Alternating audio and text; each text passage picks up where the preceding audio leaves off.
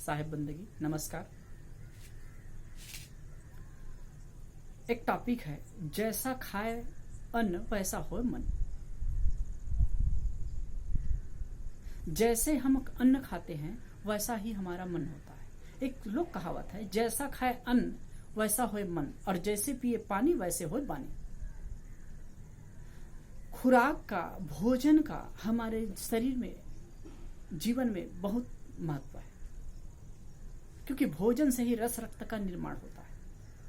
भोजन से हमारा व्यक्तित्व बनता है, शरीर बनता है, और हम जैसा भोजन करते हैं वैसे हमारे मन स्थिति का निर्माण भी होता है।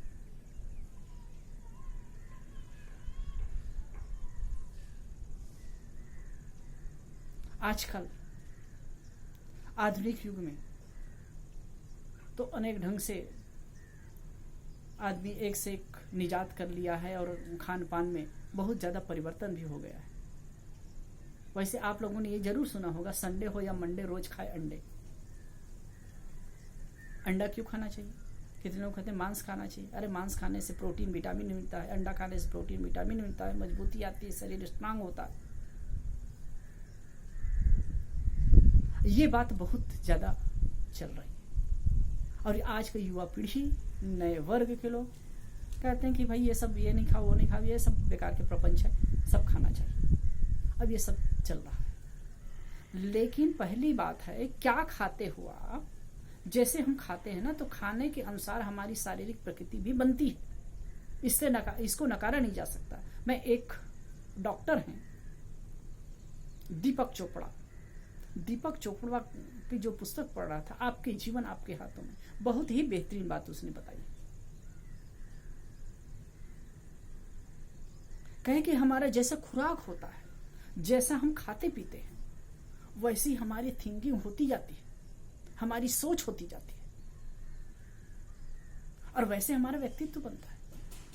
अधिक मांस मटन खाने वाले व्यक्ति की प्रवृत्ति हिंसक हो जाती है, क्रूरतापूर्ण होती है, क्योंकि कहा जाता है जैसे कि किसी प्राणी को लाते हैं, क्योंकि जो भी प्राणी हैं, प्राणियों में भी, पशुओं में भी भावनाएं होती हैं।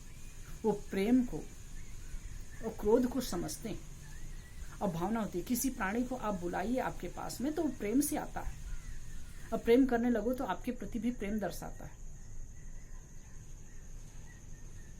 इस चीज को तो सहज समझा जा सकता है।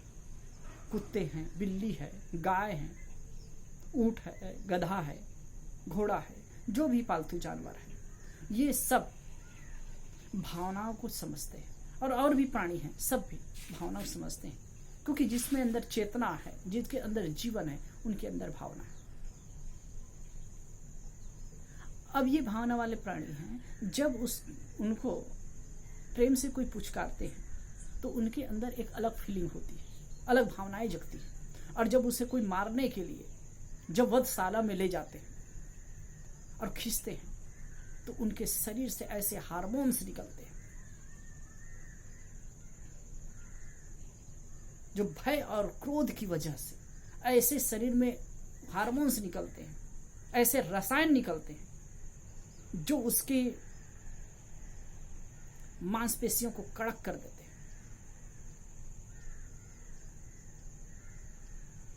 और उनके अंदर विषाक्त वातावरण बना देते हैं। और ऐसे मांस आदि को खाते हैं, जैसे कि रक्त संचार उनका बढ़ जाता है, मांसपेशियां कड़क हो जाती हैं। और ऐसे मांस को जब कोई खाता है, कोई व्यक्ति खाता है,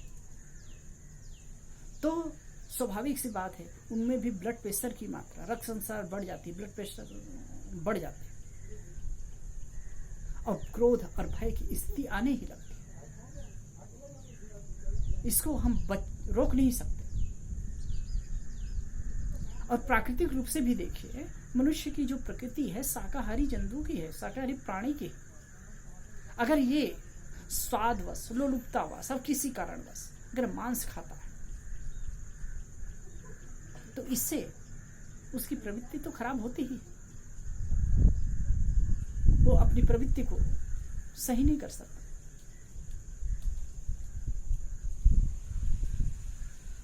जब हम हमें कोई पीड़ा पहुंचाता है, हमें कोई चोट पहुंचाता है, हमें कोई मारने लगता है, तो हम बचाने का प्रयास करते हैं।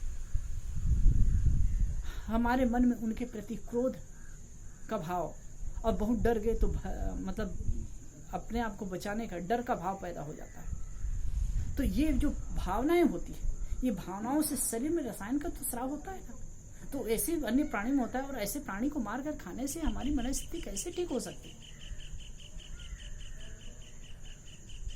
आजकल फास्ट फूड का जमाना है, फास्ट फूड बनाकर खाते हैं, नूडल्स वगैरह बहुत सारा चीज बनाकर खाते हैं, या फिर वो खरीद करके खाते हैं। वो भी स्वास्थ्य के लिए हितकर नहीं है, उससे नुकसान ही होने वाला है। अब इसीलिए बच्चे आजकल शारीरिक रूप से, मानसिक रूप से कमजोर होते हैं, अशक्त होते हैं, पाचन तंत्र की गड़बड़ी हो जाती है। संडे हो या मंडे, रोज खाओ अंडे, ये वाली जो बात होती है। आप अंडा वंडा खाते हैं तो अंडा में ही सारी प्रोटीन विटामिन भरे हुए हैं। प्रोटीन विटामिन शाकाहारी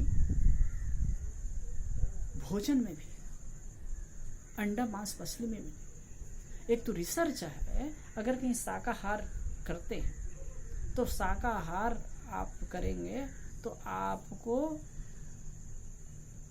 का जीवन तो अच्छा होगा ही, सात्विक सदाचार मुक्त होगा।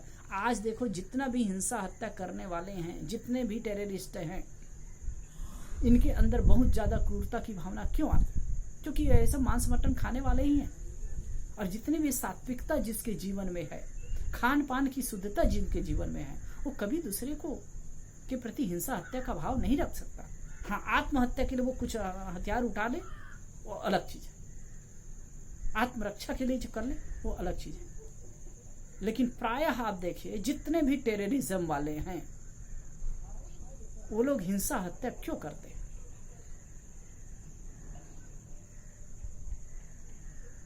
इसका कारण है कि उनका खान पान की शुद्धता नहीं है, पवित्रता नहीं है। इस चीज को नकारा नहीं जा सकता। इसलिए, और प्राकृतिक रूप से भी देखिए कि मनुष्य की जो बनावट है, चाहे दांत को देखो, दांत चौड़े होते हैं। शाकाहारी जंतु के दांत चौड़े होते हैं, मनुष्य के दांत चौड़े हैं। आंख सौम्य होता है और होती है।